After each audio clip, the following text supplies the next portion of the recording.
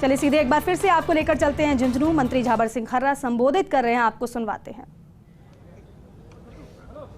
सम्माननीय वरिष्ठ कार्यकर्ता बंधुओं, मंच पर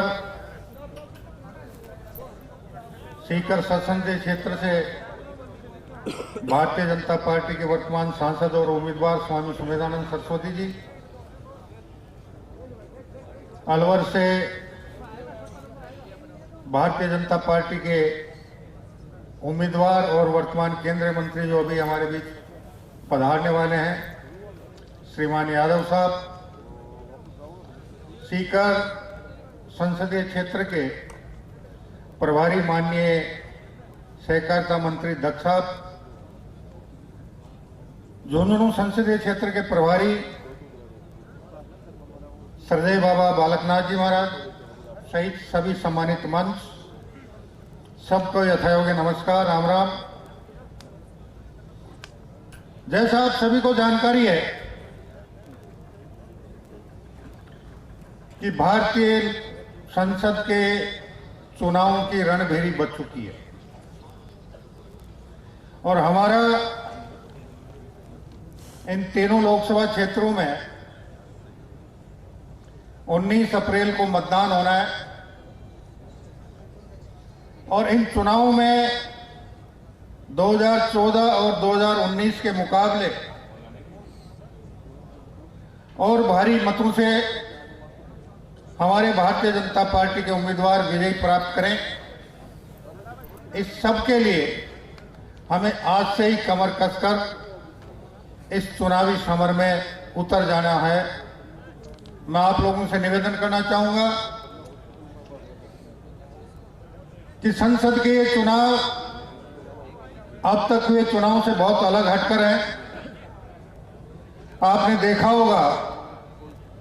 कि पिछले 1-1.5 साल में भारतीय जनता पार्टी के सारे विरोधी दल मिलकर इस देश की सामाजिक समरसता के वातावरण को बिगाड़ने में, इस राष्ट्र को विकास के पथ पर तेजी से आगे बढ़ते हुए को रोकने में और ये इन प्रकार अराजकता की स्थितियां पैदा करने में किसी प्रकार की कोर कसर नहीं छोड़ रहे हैं। इसलिए ये 2019 का लोकसभा का चुनाव, मैं आप लोगों से निवेदन करना चाहूंगा कि जिस प्रकार आज से 5000 साल पहले कुरुक्षेत्र के युद्ध मैदान में एक धर्म युद्ध लड़ा गया था, ये लोकसभा का चुनाव भी उसी धर्म युद्ध की पुनरावृत्ति के रूप में आपके समक्ष चुनौती लेकर खड़ा हुआ। 5000 साल पहले भी उस समय की सारी नकारात्मक शक्तियां एक तरफ थी और आप जैसे सत्य, न्याय और सदाचार के लड़ने वाली शक्तियां एक तरफ थी और नकारात्मक शक्तियां आप लोगों से 2 गुने से भी ज्यादा तादाद में थी। फिर भी उस समय की सत्य, न्याय और सदाचारी शक्तियों की दृढ़ इच्छा शक्ति ने उन अनाचारी शक्तियों को परास्त किया था और 5000 साल पहले जिस प्रकार उस धर्म युद्ध में धर्म की विजय हुई थी, मैं उम्मीद करूंगा कि आपकी मेहनत के बूते 2019 के चुनाव में भी एक बार फिर धर्म की विजय होगी, सत्य, न्याय और सदाचार की विजय होगी, असत्य, अन्याय और अनाचार पराजित होगा और 2024 से 2029 के कालखंड में भारत तेजी से आगे बढ़ते हुए दुनिया का सबसे विकसित राष्ट्र बनने में